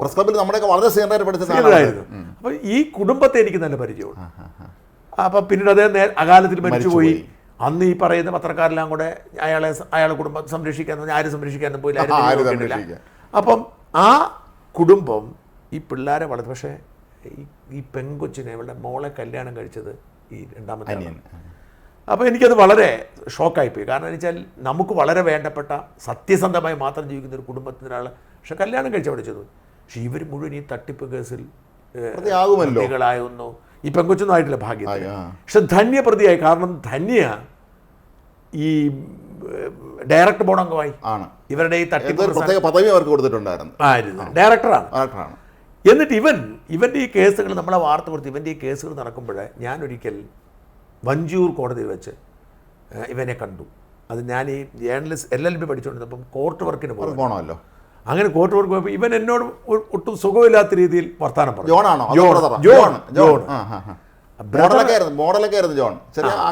മോശമായിട്ട് വർത്താനം പറഞ്ഞു. അപ്പം ഞാൻ പറഞ്ഞേ, പക്ഷേ ഇവരുടെ അവസ്ഥ, ഇവർ നാട്ടുകാരെ പറ്റിച്ചു എന്നുള്ള സത്യമാണ്.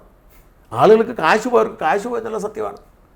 എന്തായാലും ധന്യ മേരി വർഗീസിൻ്റെ അവരതിന് ശേഷം രണ്ടാമതൊരു വരവിനെ ശ്രമിക്കുകയും പബ്ലിസിറ്റി കൊടുക്കുകയൊക്കെ ചെയ്തിരുന്നു. എന്തോ ബിഗ് ബോസിലൊക്കെ അതിന് ശേഷം വന്നിട്ടുണ്ട്. അവർ വേറെ ഒരുപാട് ഫംഗ്ഷനുകൾ, സ്റ്റേജ് ഷോസ് അങ്ങനെയൊക്കെ ഉള്ളതിലൊക്കെ അവർ സ്ഥിരം പങ്കെടുക്കുന്നുണ്ടായിരുന്നു. അവർ എന്തായാലും ഇതിനകത്തൊരു പ്രശ്നം വെച്ചാൽ നാട്ടുകാരെ പറ്റിക്കുക എന്ന് പറയുന്നത് നമ്മൾ അറിഞ്ഞുകൊണ്ട് ചെയ്യാൻ പാടില്ല. പൊളിഞ്ഞു പോയി എന്ന് പറഞ്ഞു, ബിസിനസ് തകരുന്നു എന്ന് പറയുന്നതും ജനങ്ങളിൽ നിന്ന് മേടിക്കുന്ന പണത്തോട് നമുക്കൊരു ഉത്തരവാദിത്വം ഉണ്ടാവണം. ഈ സംഭവം ബന്ധപ്പെട്ട് എനിക്ക് പലപ്പോഴും തോന്നിയിട്ടുള്ള കാര്യം, ഈ സിനിമാക്കാർ ഒരു കാര്യത്തിൽ ഇറങ്ങുകയാണെങ്കിൽ സാധാരണക്കാരെ ജനങ്ങൾ പെട്ടെന്ന് അവരെ വിശ്വസിക്കും. കാരണം അതിൻ്റെ കാരണം അവർ സ്ഥിരം കാണുന്നവരാണ്. ഇതൊരു നമ്മുടെ ഒരാളാണ്. ഈ പറഞ്ഞാൽ അന്ന് ഈ സംഭവം നടക്കുമ്പോൾ ഇതിൻ്റെ ആദ്യത്തെ 1-2 ഇരകൾ എൻ്റെ വൈഫ് അഡ്വക്കേറ്റ് എന്നുള്ളത് കാണാൻ വന്നിരുന്നു പുള്ളിക്കാരി. അപ്പോൾ അവർ സംസാരിച്ചപ്പം ചോദിച്ചു, ഇവർ പലരും ഡോക്യുമെൻറ്റ്സ് ഒന്നും ഇല്ലാതെ പണം കൈമാറുന്നത് ചോദിച്ചപ്പോൾ നിങ്ങൾ എന്താ അങ്ങനെ പൈസ കൊടുത്തെന്ന് ചോദിച്ചപ്പോൾ ഫിലിം ആക്ട്രസ് അല്ലേ അവർ. രാജ്മോഹൻ, എൻ്റെ വീഡിയോകൾ കാണുന്ന ലക്ഷക്കണക്കിന് മനുഷ്യരുണ്ട്. അത് സ്ഥിരമായി കാണുന്ന ലക്ഷക്കണക്കിന് ആളുകളുണ്ട്. അവർക്ക് എൻ്റെ മേലൊരു വല്ലാത്ത വിശ്വാസമുണ്ട്. അപ്പം ഞാൻ ഒരു തട്ടിപ്പിനിറങ്ങുവാണെങ്കിൽ എനിക്കൊരു ഒരാഴ്ച കൊണ്ട് 100 കോടി ശേഖരിക്കും. കാരണം ജനങ്ങൾക്ക് നമ്മുടെ വിശ്വാസം, ഇയാൾ പറഞ്ഞ സത്യം. ഈ വിശ്വാസം കാത്തു സൂക്ഷിക്കുന്നിടത്താണ് നമ്മുടെ വിജയം എന്ന് പറയുന്നത്. ഞാനതുകൊണ്ടാണ് സത്യം പറഞ്ഞാൽ നമ്മളിപ്പോൾ പരസ്യം ഡയറക്റ്റ് എടുക്കാറില്ല. ഇപ്പം ഒരു നിർദ്ദേശം വന്നിട്ടുണ്ട്. കാരണം നമുക്ക് കേസുകളൊക്കെ നമുക്ക് ബജറ്റ് കൂടുതലാവുന്നതുകൊണ്ട് നമ്മൾ വീഡിയോയിൽ ഈ താഴെ ഒരു കോണായിട്ട് പരസ്യം കാണിച്ചാലോന്നുണ്ട്. ഈ കോണായിട്ട് പരസ്യം കാണിച്ചാലൊന്നുള്ള ചർച്ച പോലും നമ്മൾ കുറേ കാലമായി തുടങ്ങിയിട്ട്. അപ്പോൾ ഞാനിത് വരുമ്പം ഞാൻ ആരെങ്കിലും എനിക്ക് പരിചയമുള്ള ബിസിനസ്സുകാരെ വിളിക്കും. അപ്പോൾ തന്നെയോ നിങ്ങൾ ബില്ല് അയച്ചാൽ മതി, പരസ്യം തന്നേക്കാന്ന് ഒരുപാട്. പക്ഷേ എന്തായാലും പേടിയാണ്. ഇവരോട് നമ്മൾ പരസ്യം മേടിച്ചു കഴിഞ്ഞാൽ ബാധ്യതയാണ്. നാളെ ഇവർക്കൊരു പരസ്യം വാർത്ത വന്നു. ഞങ്ങൾ ചാനലിൽ ജോലി നമ്മൾ അനുഭവിച്ചിട്ടുള്ള ഒരു ഇൻകം ടാക്സ് റേഡ് നടന്ന സ്വർണ്ണക്കടയാണെന്ന് വെച്ചാൽ അടുത്ത സെക്കൻഡ് ഫോൺ വരും വാർത്ത വലിക്കാൻ. അപ്പോൾ ആ ഒരു ആശയക്കുഴപ്പത. പക്ഷേ ഞാൻ ഒരിക്കൽ പോലും നമ്മുടെ മേലുള്ള വിശ്വാസ്യത നഷ്ടപ്പെടുത്തരുന്ന ബോധ്യമുണ്ട്. ഇവിടെ ബിസിനസ്സിൽ ഇറങ്ങുമ്പോൾ എപ്പോഴും അതുകൊണ്ടാണ് ഞാൻ ആളുകളോട് പണം മേടിച്ചാൽ ഒരു പരിപാടിക്കും ചെയ്യാത്തത്. നമ്മൾ ആളുകളോട് എനിക്ക് എൻ്റെ അടുത്ത് ഒരുപാട് പേര് പല ബിസിനസ് പ്രപ്പോസലായിട്ട് വന്നിട്ടുണ്ട്. നമ്മൾ മറുനാടൻ മലയാളി ഒരു ഓൺലൈൻ പാർട്ട്ണർ നിന്നാൽ മതി, നമുക്ക് 20% തരാമെന്ന് പറയും. പക്ഷെ ആ ബിസിനസ്സിന് എന്തെങ്കിലും കുഴപ്പം വന്നാൽ അവൻ കൊടുക്കത്തുള്ളൂ. അതുകൊണ്ട് ഞാൻ എപ്പോഴും ഞാൻ അകല. അവിടെയാണ് ഈ ധന്യമേരി വർഗീസിൻ്റെ കുടുംബത്തിന് പറ്റിയ പാളിച്ച. അത് നമ്മൾ അല്ല എന്ന് പറഞ്ഞോ എക്സ്ക്യൂസ് പറഞ്ഞ് രക്ഷപ്പെട്ടിട്ട് കാര്യമില്ല. നമുക്കിനി സൗബീനിലേക്ക് പോകാം. ഈ സൗബീൻ്റെ കേസ് അക്ഷരാർത്ഥത്തിൽ പലർക്കും അറിയാത്ത കുറേ കഥകൾ എനിക്കറിയാം. അതിന് കാരണം സൗബീൻ്റെ നമുക്കറിയാവുന്ന കഥ എന്താണ്? ഇപ്പോൾ പുറത്ത് വന്നിരിക്കുന്ന രാജ്മോഹൻ പറയും. അപ്പോൾ പുറത്ത് വന്നിരിക്കുന്ന കഥ ഈ പറവ ഫിലിംസ് ഈ സിനിമ എടുക്കുന്നതിന് വേണ്ടി, പഞ്ഞമൽ ബോയ്സ് എടുക്കുന്നതിന് വേണ്ടി ഈ വലിയ വീട്ടിൽ സിറാജ് എന്ന് പറയുന്ന ആളുടെ 7 കോടി രൂപ വാങ്ങിക്കുന്നു. 22 കോടി രൂപ ചിലവായി എന്നവർ പറയുന്നത് യഥാർത്ഥത്തിൽ 18 കോടി ചിലവായുള്ളൂ. ഈ പ്രൊഡ്യൂസർമാരെ കയ്യിൽ നിന്ന് 5 ദിവസം ചിലവില്ലാതെ മറ്റുള്ളവരുടെ പൈസ കൊണ്ടാണ് ഇത് എടുത്തതെന്ന് ഈ വലിയ വീട്ടിൽ സിറാജിന് അവസരം പൈസ കൊടുത്തില്ല എന്നുള്ള വിഷയം വരുന്നു. അയാൾ സമീപിക്കുന്നു. ഞാൻ ഇത് പഠിച്ചതാണ്. പഠിക്കുക മാത്രമല്ല, ഇതുമായി ബന്ധപ്പെട്ട് ചില വാർത്തകൾ നമ്മൾ കൊടുത്തപ്പോൾ സൗബീൻ നമുക്കെതിരെ കേസ് കൊടുക്കുമെന്ന് പറഞ്ഞ് എറണാകുളത്തെ പ്രമുഖരായ ചില അഭിഭാഷകരെ പോയി കണ്ടു. അവർ പറഞ്ഞു, എൻ്റെ പൊന്നുമോനെ നീ ആവശ്യമില്ലാത്ത പണിക്ക് പോകരുത്, നിൻ്റെ കട്ടം പടം അവർ മടക്കും, കാരണം അവരുടെ അതിനുള്ള സെറ്റപ്പ് ഉണ്ടെന്ന് പറഞ്ഞു. എനിക്ക് കൃത്യമായിട്ടറിയാം. എന്നിട്ട് ഒടുവിൽ നീ ഒരു കാര്യം ചെയ്യേ, ഷാജനോടൊന്ന് വിളിച്ചു ചോദിച്ചു ഇവരാരോട് കൊടുത്തതിന് സൗബീൻ എന്നെ വിളിക്കുകയും ചെയ്തു. സംസാരിച്ച ഞാൻ സൗബീൻ അപ്പം ഇപ്പോഴല്ല കുറച്ചു കാലം ഈ സൗബീൻ്റെ ഭാഗം ഞാൻ കേട്ടു. അതുപോലെ തന്നെ സിറാജിൻ്റെ ഭാഗം ഞാൻ കേട്ടു. പലരുടെ ഭാഗം കേട്ടു. പിന്നെ അത് കുറേ സത്യങ്ങളും കുറേ അർത്ഥസത്യങ്ങളുണ്ട്. സിറാജിൻ്റെ ഭാഗം കറക്റ്റാണ്. സിറാജ് 7 കോടി രൂപ കൊടുത്തു എന്നുള്ളതാണ്. അയാൾക്ക് 50% ഇത് കൊടുക്കാമെന്ന് പറഞ്ഞിരുന്നു. കൊടുത്തില്ല. മുതൽ പോലും കൊടുത്തില്ല. ആ മനുഷ്യൻ ക്യാൻസർ രോഗിയാണ്. എന്നിട്ട് അവസാനം അയാൾ ആകെ ഗതികെട്ട അവസ്ഥയിലാണ്. അയാളുടെ അവസ്ഥ ദയനീയമാണ്. അത് നമ്മൾ 100% അംഗീകരിക്കണം. പക്ഷേ ഈ 150 കോടി രൂപയും ഈ സൗബീൻ പുട്ടടിച്ച് തിന്നൊന്ന് കരുതരുത്. അവിടെ ഒരു പ്രശ്നമുണ്ട്. ഇത് പലർക്കും അറിയാത്ത കഥയാണ്. ഞാൻ അന്വേഷിച്ച് കണ്ടെത്തിയ കഥയാണ്. ഈ സൗബീനും അദ്ദേഹത്തിൻ്റെ പിതാവും ബാബു ഷാഹിർ അദ്ദേഹത്തിൻ്റെ സിനിമയിലെ അദ്ദേഹത്തിൻ്റെ മാനേജരായിരുന്ന ഷോൺ ഒരു മേക്കപ്പ് മാനായിട്ട് എങ്ങാണ്ട് വന്നതാണ്. ഇവരുടെ കൂടി ഒരു ബിനാമി ആയിരിക്കും അത്. ഇവർ 3 കൂടെ ചേർന്നാണ് ഈ പറവ ഫിലിംസ് ഉണ്ടാക്കുന്നത്. എന്നിട്ട് ഇവർ ഈ സിനിമ പ്ലാൻ ചെയ്തു. ഈ സിനിമയ്ക്ക് ഇവർ പ്ലാൻ ചെയ്തു. ഇവർ പടം ഉണ്ടാക്കി ഇറങ്ങിക്കഴിയുമ്പോഴേ കാശ് കിട്ടത്തുള്ളൂ. അപ്പോൾ ഈ സിനിമയിൽ ആത്മവിശ്വാസം ഉണ്ട്. കാരണം ഇവർ പൈസ കളക്ട് ചെയ്ത പ്രശ്നം എന്താണെന്ന് വെച്ചാൽ ഇവർ പലരിൽ നിന്നും കാശ് മേടിച്ചു. 7 കോടി അവരോട് മേടിച്ചു, 10 കോടി ഇവരോട് മേടിച്ചു. ഇവരുടെ ഒരു അച്ചടക്കമില്ലാത്ത രീതിയിൽ പല ആളുകളോടും കാശ് മേടിച്ചു. യഥാർത്ഥത്തിൽ ആ സിനിമയ്ക്ക് 10 കോടി രൂപയെ ചിലവായിട്ടുള്ളൂ. ഈ ബാക്കിയൊക്കെ കള്ളക്കണക്കാണ്. ഞാനത് സിനിമയുടെ ഇൻറ്റേണലിൽ പോയി അന്വേഷിച്ച് കണ്ടെത്തുന്നതാണ്. അതല്ല സിനിമ 250 കോടി കളക്ഷൻ കിട്ടിയെന്ന് സമൂഹ മാധ്യമങ്ങളിൽ വാർത്ത വന്നിരുന്നു. അത് പിന്നെ ആ സമയത്തല്ല. എന്നിട്ട് ഇവിടെ ഇവിടുത്തെ ട്വിസ്റ്റ് അതൊന്നുമല്ല. പക്ഷെ ഇവർക്ക് സിനിമ മുമ്പോട്ട് കൊണ്ടുപോകാൻ പറ്റുന്നില്ല. ഈ സമയത്ത് ഇവർ റാഫി എന്ന് പറയുന്ന ഒരാളിൽ നിന്ന് പലിശയ്ക്ക് പണം എടുത്തിട്ടാണ് പൂർത്തിയാക്കിയത് ഇത് മുമ്പോട്ട് പോകുന്നത്. ഈ റാഫി സിനിമാ മേഖലയിൽ വലിയ സ്വാധീനമുള്ള, ആർക്കും പൈസ കൊടുക്കാൻ തിരിച്ചു മേടിക്കാൻ കപ്പാസിറ്റി ഉള്ള ആളാണ്. സിനിമയിൽ ഒരുപക്ഷെ മലയാള സിനിമയിലെ ഏറ്റവും പവർഫുള്ളായിട്ടുള്ള ഒരു ഫൈനാൻഷ്യലാണ് ഈ റാഫി എന്ന് പറയുന്നത്. സിനിമയ്ക്ക് പൈസ കൊടുക്കുന്ന അസാമാന്യ സ്വാധീനമുള്ളതായിരിക്കും. അസാധാരണ സ്വാധീനം, എന്തും ചെയ്യാൻ കഴിവുള്ള ഒരാളാണ് റാഫി എന്ന് പറഞ്ഞത്. എന്നിട്ടും ഇത് നേരെ സാധനം പോയില്ല. ഒടുവിൽ ഡ്രീം ബിഗ് എന്ന് പറയുന്ന ഒരു കമ്പനിയെ പോയി കാണുന്നു. ഈ ഡ്രീം ബിഗ് എന്ന് പറഞ്ഞാൽ സുജിത്ത് എന്ന് പറയുന്ന ഒരാളുടേതാണ്. ഇയാൾ വളരെ വളരെ വിചിത്രമായൊരു കഥാപാത്രമാണ്. ഇയാൾക്ക് ഒരുപാട് പശ്ചാത്തലമൊക്കെ ഉണ്ട്. എന്തായാലും അയാൾ പല പ്രധാനപ്പെട്ട ഗോകുലത്തിൻ്റെ സിനിമകളൊക്കെ ഇയാളാണ് റിലീസ് ചെയ്യുന്നത്. ഗോകുലത്തിൻ്റെ സിനിമ ഒട്ടും മോശമാകാറില്ല. അപ്പം ഇയാളാണ് ഇതിൻ്റെ അടുത്ത ഇൻവെസ്റ്ററായിട്ട് വരും. ഇൻവെസ്റ്ററാണോ നിർമ്മാതാ എങ്ങനെ നടത്തില്ല.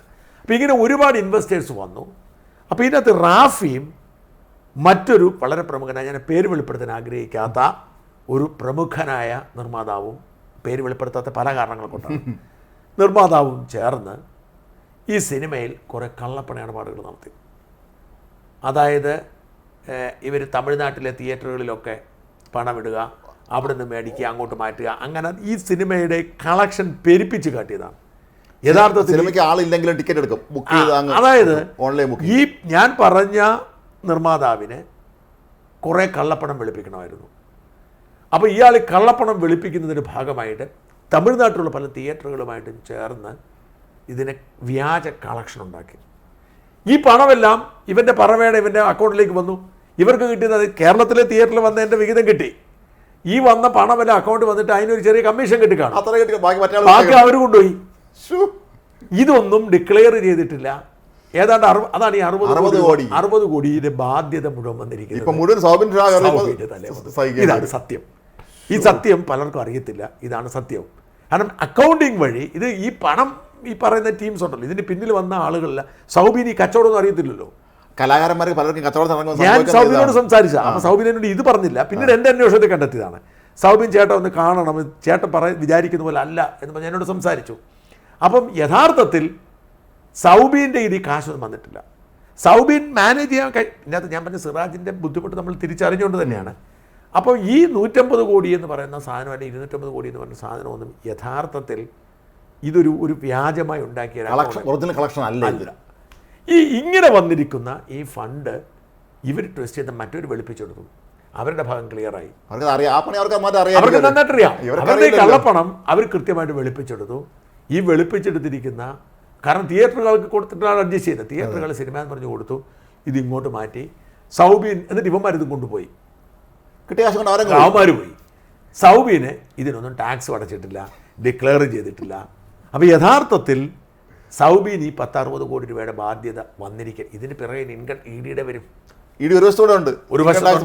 ഇൻകം ടാക്സിന്റെ പരിശോധനയാണ്. ഈ സുജിത്തിന്റെ ഡിസ്ട്രിബ്യൂഷൻ കമ്പനിയിലും അന്വേഷണം നടന്നിട്ടുണ്ട്, ഇവിടെ പരിശോധന നടന്നിട്ടുണ്ട്. അപ്പം മലയാള സിനിമയിൽ നമ്മൾ വിചാരിക്കുന്നതിനപ്പുറത്തേക്കുള്ളൊരു വലിയ കള്ളപ്പണ ഇടപാടുകളുണ്ട്. ഒരു പ്രൊപ്പഗണ്ട സിനിമാ നിർമ്മാണമൊക്കെ ഉണ്ട്. ഇതൊന്നും പലതും പറയാൻ പറ്റത്തില്ല. നമ്മളുമായി ബന്ധപ്പെട്ടൊരു കേസുണ്ട്, അതുകൊണ്ട് ആ കേസിന് കോടതിയുടെ ഇഞ്ചക്ഷൻ ഉണ്ട്, അതിലേക്ക് നമുക്ക് പോകാം. പക്ഷേ നമ്മൾ വിചാരിക്കുന്നതിനപ്പുറത്തേക്ക് വലിയ കള്ളപ്പണ ഇടപാടുകൾ നടക്കുന്നുണ്ട്, വലിയ മാഫിയ നീക്കങ്ങൾ നടക്കുന്നുണ്ട്, വലിയ നികുതി വെട്ടിപ്പ് നടത്തുന്നുണ്ട്. അവിടെയാണ് സൗബിൻ വന്ന് കുടുങ്ങിയിരിക്കുന്നത്. ഈ 150 കോടിയുടെ കണക്ക് ഞാനൊക്കെ ആദ്യം ഓർത്ത് വെറും തള്ളായിരിക്കും എന്ന് ഓർത്തു. പിന്നീട് പല സിനിമാക്കാരും കോടികളുടെ കണക്ക് പറഞ്ഞിട്ട് പിന്നീട് പിന്മാറി, കുറഞ്ഞായിരുന്നു. ഇടിയും ഇൻകം ടാക്സ് എല്ലാം കൂടെ വരുമെന്ന് വിചാരിച്ചായിരിക്കും. മമ്മൂട്ടിയുടെ സിനിമ ഇറങ്ങിയായിരുന്നല്ലോ. അതിനുശേഷം അതിനുശേഷം മമ്മൂട്ടി അടുത്ത കാലത്ത് ഇറങ്ങിയ ഒരു സിനിമയുണ്ട്, ഒരുപാട് കണക്കായിരുന്നു. പക്ഷെ ഡിങ്കെന്ന് ഒരാഴ്ച കഴിയുമ്പോഴത്തേന് പൈസ കുറഞ്ഞു. ഓർമ്മയുണ്ട്. ഞാൻ ആ പടത്തിന്റെ പേര് ഞാൻ മറന്നു. ഈ അടുത്ത കാലത്ത് വിചിത്രമായ പേരുള്ള സിനിമയാണ് ആ സിനിമ. അപ്പം ഇതാണ് ഈ സൗബിന് സംഭവിച്ചത്. ഈ സൗബിന് സംഭവിച്ചത് നമ്മൾ വിചാരിക്കുന്നതിനപ്പുറത്തേക്ക് ഗുരുതരമായ കുഴപ്പമാണ്. സൗബിൻ്റെ അടിവേര് മാന്തുന്ന തരത്തിലേക്ക് കാര്യങ്ങൾ. കാരണം നല്ല നടനാണ് സൗബിൻ. തീർച്ചയായും നല്ല കലാകാരനാണ്. ഈ പൊതുവെ സിനിമയിൽ എപ്പോഴും പറയാറുണ്ട് ഈ കലാകാരന് കച്ചവടം പറഞ്ഞിട്ടില്ല. സിനിമയിൽ ശ്രദ്ധിച്ചിട്ടുണ്ട് ഒരു കാര്യം, സിനിമയിൽ നിന്നുള്ള കാശ് കൊണ്ട് ബിസിനസ് നടത്താൻ ഇറങ്ങിയ ഒരുപാട് പേർക്ക് ഇത്തരം സംഭവിച്ചിട്ടുണ്ട്. ഒരുപാട് പേർക്കുണ്ട്. സിനിമ ആർക്ക് പറ്റുമെന്നറിയോ? കയ്യിൽ ഇഷ്ടം പോലെ കാശുണ്ട്, ഒരു രസം, ഈ സിനിമാ താരങ്ങളെയൊക്കെ കാണാം, പ്രൊഡ്യൂസർ നിലക്കാന്നുള്ള ഒരു ഭാഗത്തിൽപ്പെട്ടവർക്ക്. രണ്ട്, കള്ളപ്പണം ആവശ്യത്തിനുണ്ട്, അത് വെളുപ്പിക്കാൻ പറ്റും. കാരണം ഉദാഹരണത്തിന് നമ്മളിപ്പം മലയാളത്തിൽ ഏത് സിനിമ നടനും മേടിക്കുന്ന പ്രതിഫലത്തിൻ്റെ 10-1 പോലും ഒറിജിനൽ കാണിക്കുന്നില്ല. ഇപ്പം ഞാൻ ഈ അടുത്ത കാലത്തൊരു സിനിമയുടെ കണക്ക് ചോദിച്ചു. ആ 27 ദിവസം നമ്മുടെ ഫഹദ് ഫാസിൽ 27 ദിവസം ഫഹദ് ഫാസിലിൻ്റെ പ്രതിഫലം 6 കോടി രൂപയാണ്. 6 കോടി രൂപ. മമ്മൂട്ടിക്ക്, മോഹൻലാലിന് ഏതാണ്ട് അത്രയും സമാനമായ സിനിമയ്ക്ക് 10 കോടിയാണ്. മമ്മൂട്ടിക്ക് അതിനേക്കാൾ വലിയ റോളാണ്, ഏതാണ്ട് 8 കോടി 9 കോടി എങ്ങാണ്ടാണ്. അപ്പോൾ ഇതൊന്നും ഒരിക്കലും കണക്കി കാണിക്കുന്നില്ല.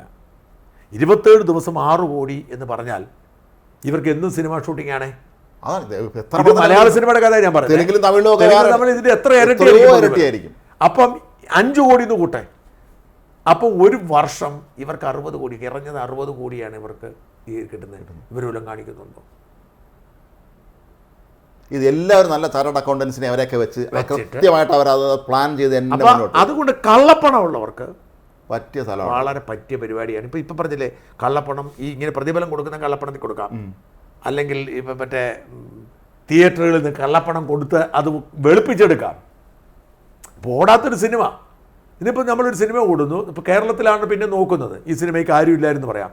പക്ഷേ തമിഴ്നാട്ടിലൊരു സിനിമയിൽ ഹൗസ്ഫുള്ളായിരുന്നു പറഞ്ഞാൽ ഹൗസ്ഫുള്ളാണ്. തിയേറ്ററുകാരുടെ ധാരണയാക്കിയാൽ മതിയല്ലോ. ധാരണയാക്കിയാൽ മതി. അവരുടെ അക്കൗണ്ടിലേക്ക് അവർക്ക് ഇത് സാധനം കിട്ടി ചെറിയ കമ്മീഷൻ കൊടുത്താൽ മതി. അവർക്ക് പോടാത്ത സിനിമയ്ക്ക് ചെറിയ കമ്മീഷൻ കൊടുത്താൽ പോരെ. അപ്പോൾ കുടുംബം എഴുതിയിട്ട് സിനിമ എടുക്കാൻ വരുന്നവൻ ഇവിടെ പെട്ടത് തന്നെ. അതെ. അപ്പോൾ ഇതിൻ്റെ പ്രോബ്ലം എന്താ, തിയേറ്ററിൽ സിനിമയ്ക്ക് ടിക്കറ്റ് എടുക്കാൻ വരുന്ന ആളുകൾ കാശ് കൊടുത്തെടുത്താൽ അതിന് പിന്നെ കണക്ക് വേണ്ട. കാശ് കൊടുത്തു തിയേറ്ററിൽ പൈസ കൊടുക്കുന്നു, കൊടുക്കുന്നു, കാശ് കൊടുക്കുന്നു. അപ്പോൾ ഇതെല്ലാം വെളുപ്പിക്കും. അപ്പോൾ ഇത്തരത്തിൽ അതേസമയം അല്ലാതെ മര്യാദയ്ക്ക് സിനിമ എടുക്കുമ്പോൾ കുടുംബം വെളുക്കും. ഉറപ്പാണല്ലോ. ഒരുപാട് പേരുണ്ട് സിനിമയ്ക്ക് വേണ്ടി ഇറങ്ങി നശിച്ചു പോയവരുണ്ട്. കോസ്റ്റ് എത്രയോ ഇരട്ടിയിലേക്ക് പോകുമല്ലോ. ഒരിടത്ത് നിൽക്കത്തില്ല. നിങ്ങളുടെ സുഹൃത്തിലായിരുന്നു മറ്റേ പുള്ളി, ആ വീക്ഷണത്തിലൊക്കെ ഉണ്ടായിരുന്നേ, എന്നും നിന്റെ മൊയ്തീനെടുത്ത് വിമല്. അവൻ്റെ ആ സിനിമ ഭയങ്കര സക്സസ് ആയിരുന്നു ആയത്. പിന്നെ അവൻ സിനിമ എടുത്തോ? പിന്നെന്തി? പിന്നെ കർണൻ എന്നും പറഞ്ഞ് ഒരു പടം എന്ന് പറഞ്ഞിട്ട് അനൗൺസ് ചെയ്തിട്ട് വല്ലതും ആയോ? ഒന്നും ആയില്ല. അതൊന്നും ആയതുമില്ല. അപ്പോൾ ആ എന്നും നിന്റെ മൊയ്തീനെ എടുത്തതിൻ്റെ പശ്ചാത്തലം എനിക്കറിയാം. അതിൻ്റെ നിർമ്മാതാവ്, അതിനകത്തൊരു കാശ് മുടക്കിയ അമേരിക്കക്കാരൻ. ഈ അമേരിക്കക്കാരൻ എത്ര രൂപ മുടക്കാമെന്ന് പറഞ്ഞ് ചെന്നതാണെന്നും എങ്ങനെ ചെന്നതാണെന്നും പിന്നെ അയാൾ എങ്ങനെ ആയെന്ന് എനിക്കറിയാം. ഇത്രയും ലാഭം ഉണ്ടായതുകൊണ്ട് മാത്രം അയാൾ മുതലൂരി. അപ്പം സിനിമ എന്ന് പറയുന്നത് വല്ലാത്തൊരു സംഭവമാണ്. അതിനകത്ത് കള്ളപ്പണ ഇടപാടുകളും ലഹരിയും എല്ലാം ചേർന്നൊരു സംവിധാനമാണ്. ഇത് പെട്ടത് തന്നെയാണ്. എന്തായാലും ധന്യമേരി വർഗീസ് ആ അർത്ഥത്തിൽ അല്ലെങ്കിൽ പോലും കുഴപ്പത്തിലായിരിക്കാണ്. സൗബീനെ ഇവർ ചുറ്റി വരഞ്ഞിരിക്കുവാണ്. വലിയ പാടാണ്. നമുക്ക് അറിയാൻ പാടില്ലാത്ത പണി ചെയ്യാൻ പോയാലുള്ള ദുരനുഭവമാണ് ഈ രണ്ടുപേർക്കും സംഭവിച്ചത്. അതേസമയം സൗബീൻ അഭിനയിച്ചാൽ 25-50 ലക്ഷം കിട്ടിയാൽ പോലും നന്നായി പോകും. 50 കിട്ടുമായിരിക്കും. ഒരു 25-50 ലക്ഷം പൊളിച്ച ഫ്ലാറ്റിലൊക്കെ വന്ന സൗബീനെ കൊണ്ടാണ് മുമ്പാണല്ലോ. കിട്ടിയാൽ പോലും സുഖമായിട്ട് ജീവിക്കും. അത്യാഗ്രഹം. എപ്പോഴും നമ്മൾ കരുതേണ്ട ഒരു കാര്യം, നമുക്ക് ജീവിക്കാനുള്ള സ്വത്ത് കിട്ടിക്കഴിഞ്ഞാൽ പിന്നെ നമ്മൾ സമ്പാദിക്കാൻ ശ്രമിക്കുന്നുണ്ടെങ്കിൽ നമ്മുടെ കൊക്കിൽ ഒതുങ്ങുന്നത് പിടിക്കാവും. നമുക്കറിയാത്ത പണിക്ക് ഒരിക്കലും ഒരുപാട് പേർക്ക് പറ്റിയിട്ടുള്ള അറിയാൻ പാടില്ലാത്ത പണി ചെയ്യാൻ പോയിട്ടാണ്. എന്ത് പണിയും അറിയാത്തതിന് പോയാൽ. ധന്യമേരി വർഗീസിന്റെ കുടുംബത്തിനെ സംബന്ധിച്ച് അദ്ദേഹം ഉദ്യോഗസ്ഥനായിരുന്നു, മക്കൾ കലാകാരന്മാരാണ്. പക്ഷേ ഈ ഫ്ലാറ്റ് റിയൽ എസ്റ്റേറ്റ് എന്ന് പറയുന്നത് വേറൊരു മേഖലയാണത്. കള്ളപ്പണ ഇടപാട് കൈകാര്യം ചെയ്യാൻ അറിയാവുന്നവർക്ക് മാത്രമേ അത് ചെയ്യാൻ പറ്റൂ. നല്ല സംവിധാനവും വേണം, ഉണ്ടാവണം. അല്ലാതെ 30% ടാക്സ് കൊടുക്കേണ്ടത്. നമ്മുടെ ഒരു 6 ലക്ഷം 7 ലക്ഷം രൂപ വരുമാനം കഴിഞ്ഞ് 30%, അത് കഴിഞ്ഞ് 50% ആകും. ഒരിക്കലും ഇത്രയും ടാക്സ് കൊടുത്ത് ഒരു പരിപാടി ശരിയാക്കി എടുക്കാൻ പറ്റത്തില്ല. അതുകൊണ്ടാണ് കള്ളപ്പണ ഇടപാട് നടത്തണമെങ്കിൽ അതറിയണം. നമ്മളൊക്കെ 1 രൂപ കൊണ്ട് കള്ളപ്പണ നടത്തി അപ്പം തന്നെ ED പൊക്കിക്കൊണ്ട് പോകും. ഇൻകം ടാക്സ് സകലതും പൂട്ടി കെട്ടേണ്ട അവസ്ഥ ഉണ്ടാവും. നന്ദി, നമസ്കാരം.